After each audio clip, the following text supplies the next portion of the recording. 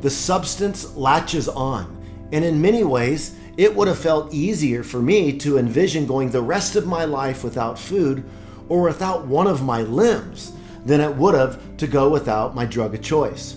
We'll start telling lies so much that we'll believe our own lies and we'll get mad at others for not believing them along with us. Addiction. It takes over our lives. It leaves a trail of destruction in its path, and it leads to tragic and eternal consequences for those caught in its grip. Recently, Bobby was asked to do the eulogy for the daughter of someone in our church. Now, we did not intend to release this, but it was only after so many people who watched it asked if they could share it with someone that they loved, and that we thought it might help you. Now, listen as Bobby shares some of his story, highlights the personal and traumatic results of addiction, and gives a hopeful path forward.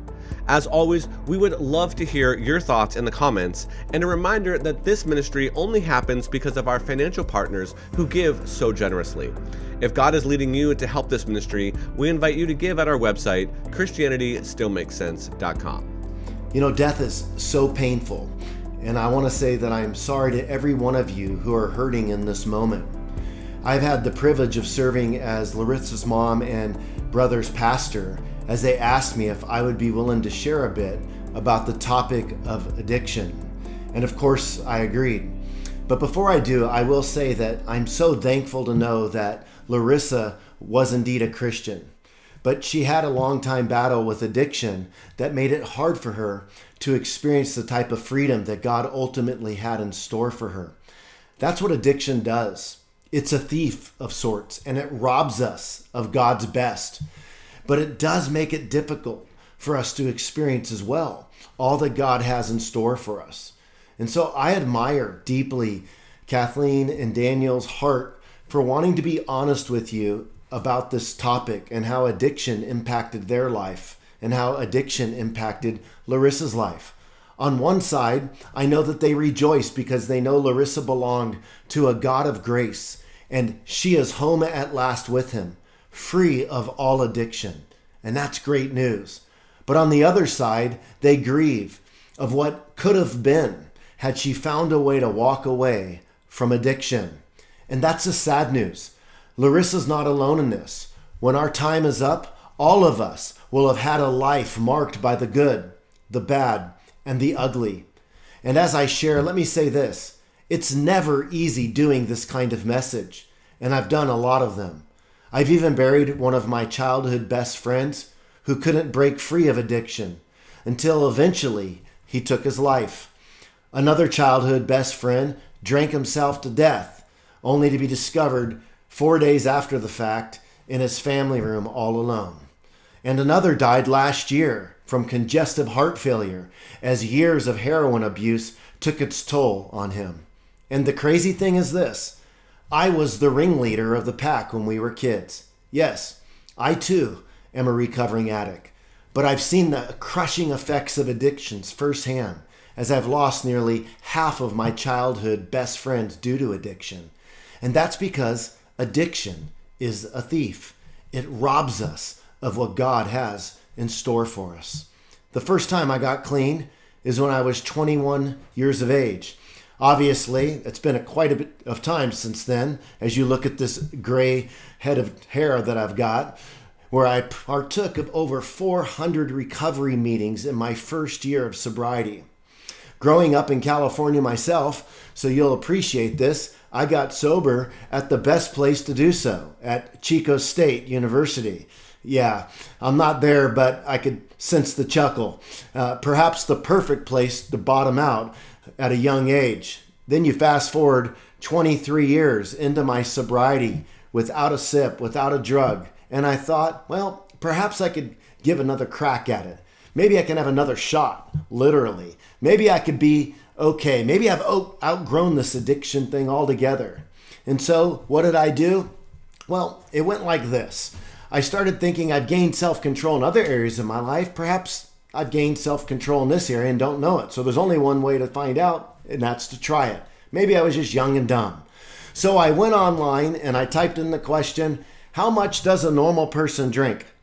I didn't even see the sick thinking that a normal person doesn't have to go online to type in the question, how much does a normal person drink?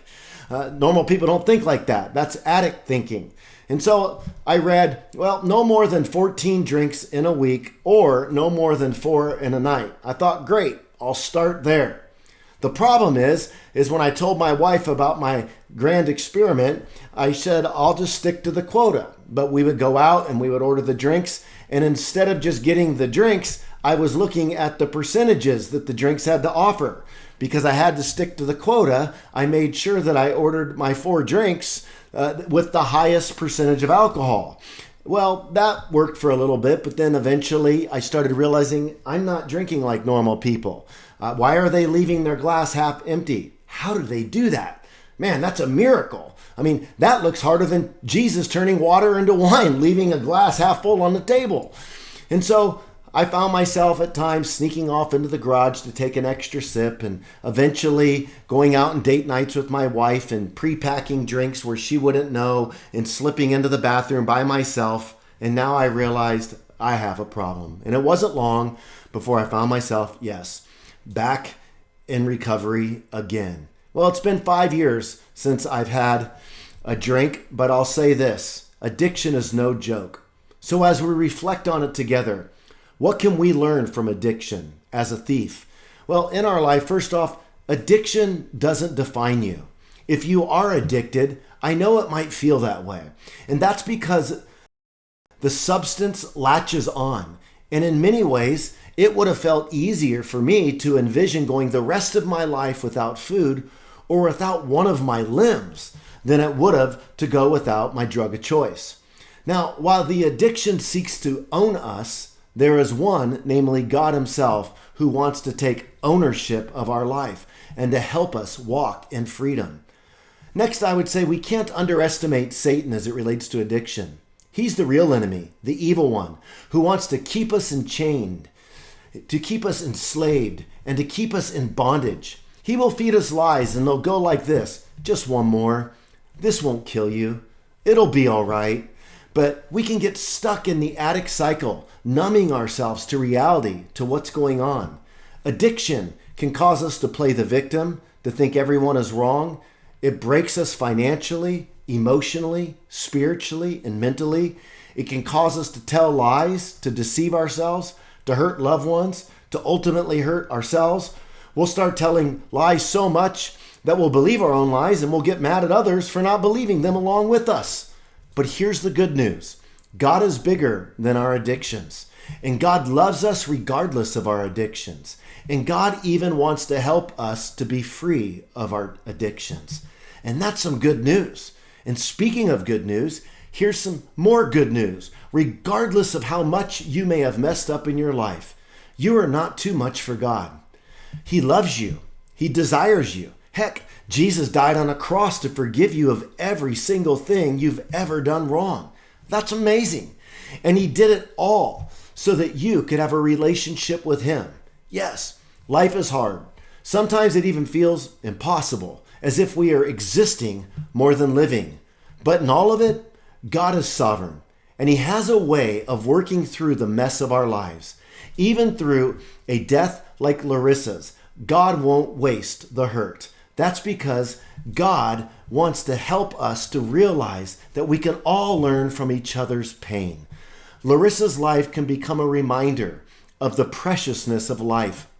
It can be the spark that lights a passion for your own sobriety. It can be a reminder to all of us that there's more to this thing called life than being addicted to substances. It's a reminder that life is fleeting, that life is a mist. It's quickly dissolving away like sand in the hourglass. We only have so much time, so we want to make the most of it. No matter how dark life gets, God can be reached. And I want you to know that. And I know that Kathleen and Daniel want you to know that. And heck, I even know that Larissa would want you to know that now from her heavenly perspective. So if you're in the quicksand of addiction, how would you like a fresh start and a new beginning? How would you like to begin a journey toward freedom?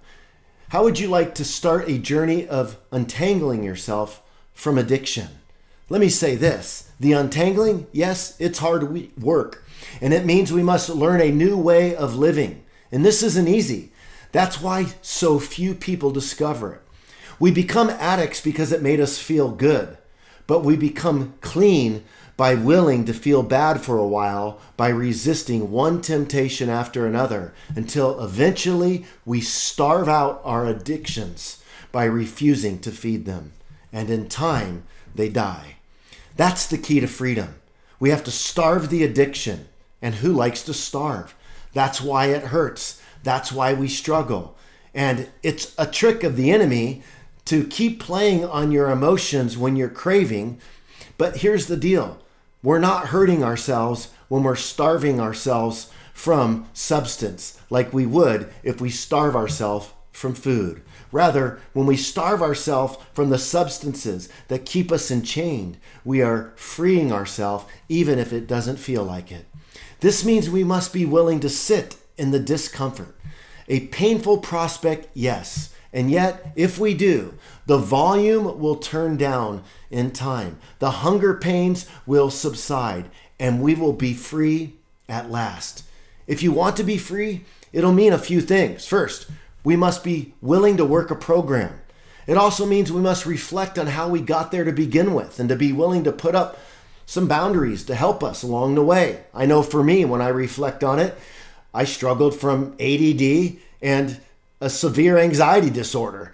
And the first time I drank, it was like liquid gold, calming and assuaging my anxieties. So here's the deal.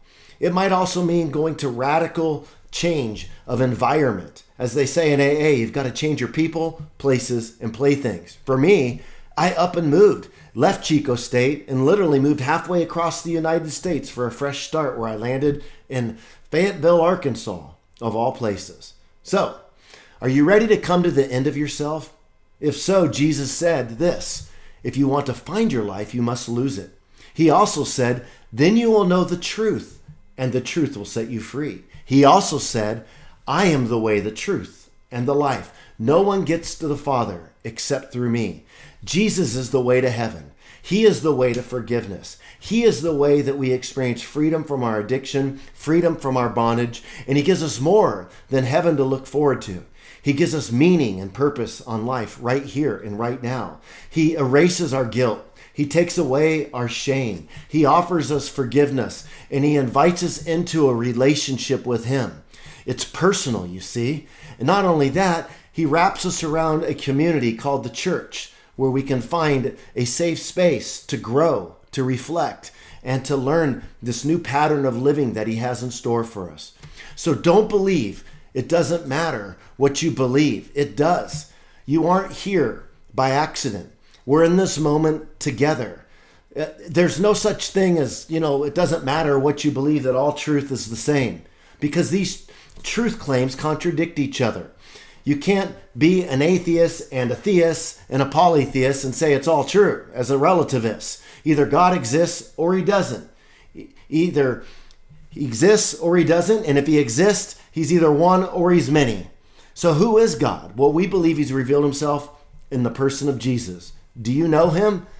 I remember reading about a person passing through a cemetery, and he came across the tombstone, and it said this: pause, stranger, as you are now, so once was I, and as I am now, you soon shall be. So prepare for death and come follow me. The person passing through thought about it for a moment, and then he would write out on the tombstone, well, I'm not content to follow you till I first know where you went.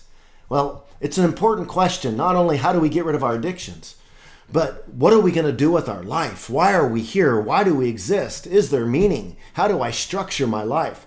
Well, Christianity offers a vision for that. R.C. Sproul, the great late theologian, said if he had to reduce everything down to one phrase that he could say to all of humanity, he would shout out, he said, at the top of his lungs, right now counts forever. Indeed it does. And we learn in the Bible, in Philippians chapter 1, verse 21, Paul the apostle said, for to me to live is Christ, and to die is gain. Take away the word Christ, take away the word gain, and what do you have? For me to live is, and to die is.